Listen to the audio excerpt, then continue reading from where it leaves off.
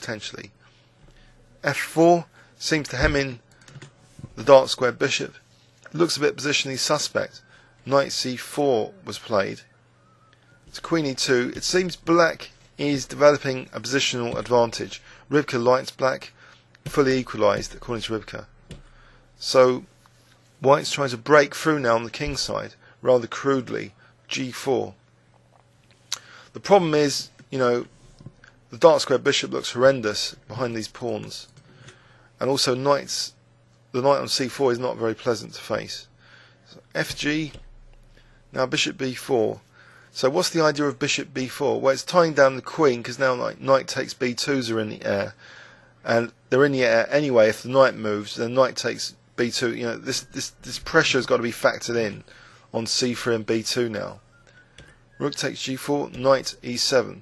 Another problem for white has emerged, the f5 square. So a nice knight on f5. It seems positionally white's going downhill, but he's tactically, dynamically trying to get some pressure against the black king. e5, a very nice liberating move if it works. So, sacking a pawn, which was taken with the d pawn, and now knight takes e5. So what's going on here?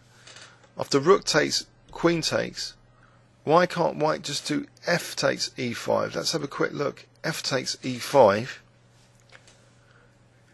Apparently there's rook takes f2. And now white's best apparently is rook takes g6.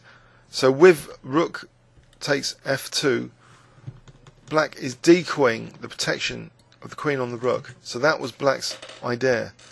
But Rybka gives the best move now as rook takes g6.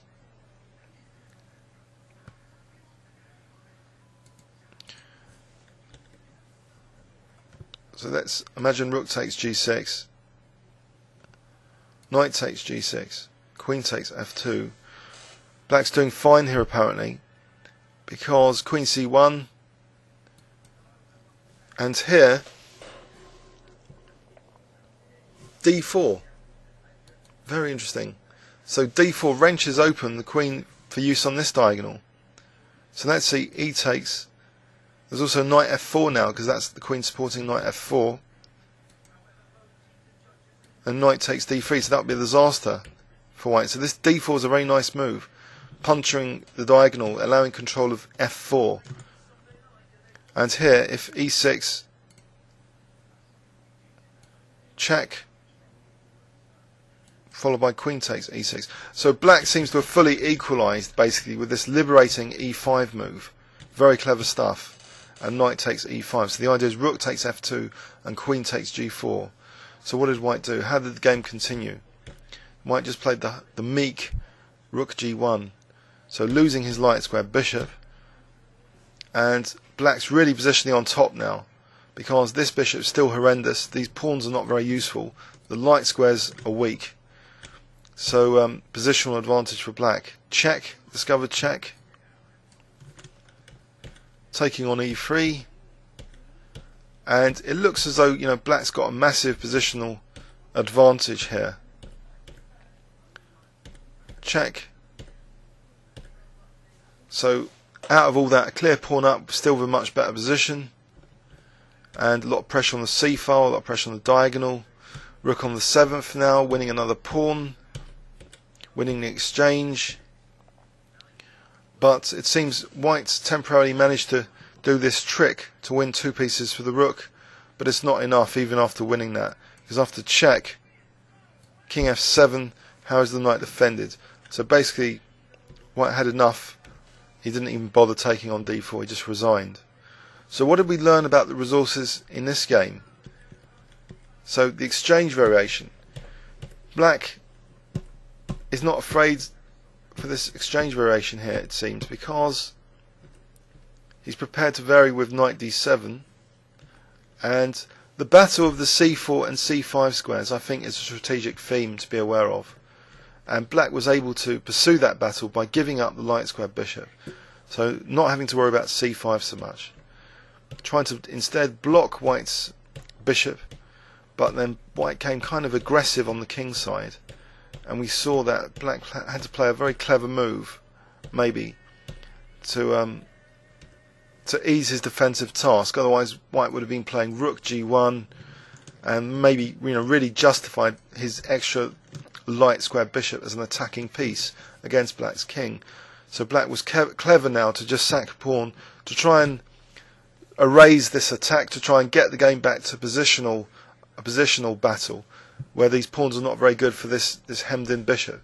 So this turns it into a positional battle with this knight takes e5, not giving white time for this g-file attack. So we saw now some simplification.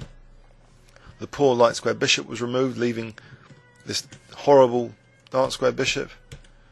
This lovely liberation with d4, getting rid of the last structural issue, that isolated d pawn. And now this is looking more and more dire for white. Just a pawn down, coming into being the exchange down. This is hopeless, because after rook c1, if takes, then king f7, and white's losing the exchange. So white had enough. Right, so what are we learning about the Slav so far? It seems in every variation so far, the semi-Slav, the exchange, even if white playing b3, we've got resources. Let's have a look at another game. So, here, our opponents. Let's treat them as our opponents. Blovstein, 2557, against Kuatis, 2489. So what happened here? Knight f3, knight f6, knight c3. So e6 going into the semi-Slav with e6. After bishop g5, in this game, not an immediate h6, but actually knight d7. And actually, we have a kind of transposition almost into the Queen's Gambit decline, because cd, e takes. So potentially this bishop issue is already resolved because of white playing cd here.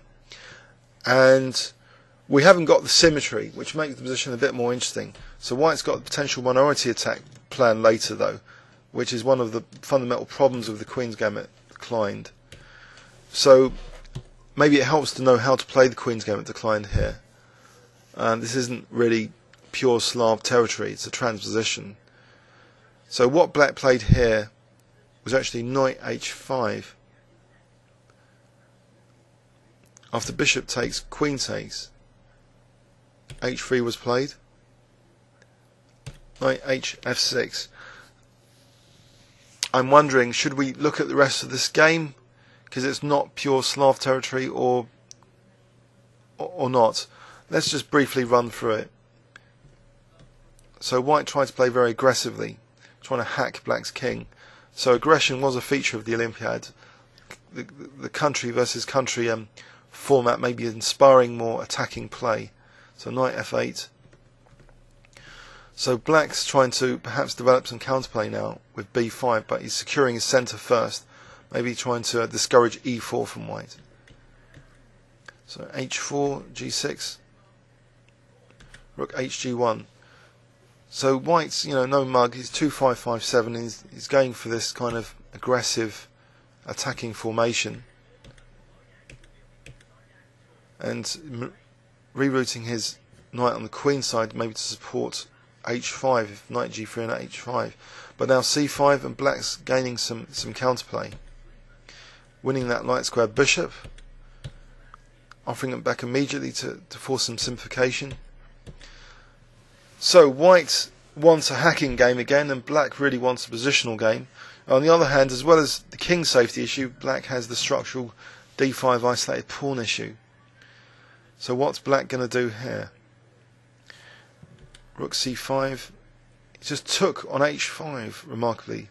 I know gaining the pawn, winning a tempo, but if white's going to regain that pawn later, it could be trouble.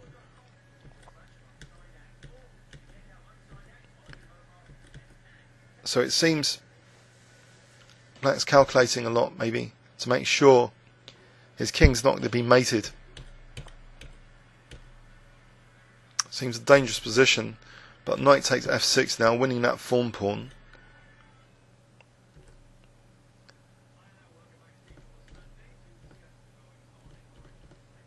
And here, Rybka likes this now, much better for black. So black's materialism seems to have paid off. His king's not being mated. White doesn't seem to have too many attacking resources here. Game continued like that. Doesn't seem to be that theoretically important, except a brief hint of how to play the Queen's Gambit. Declined variations, with white later playing c takes d5. So this knight h5 might be a resource you could bear in mind.